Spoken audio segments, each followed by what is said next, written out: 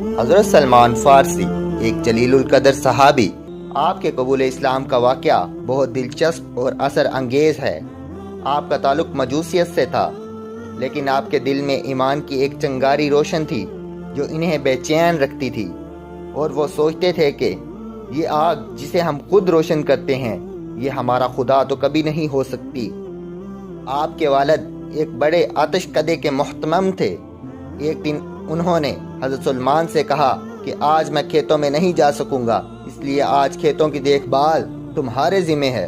حضرت سلمان نے حامی بھر لی اور کھیتوں کی طرف چل دیے۔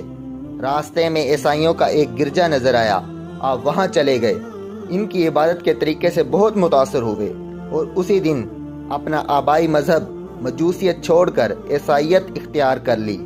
ان کے والد کو جب اس بات کا علم ہوا تو انہیں گھر میں قید کر لیا گیا اور ان کے ہاتھوں میں ہتھکڑیاں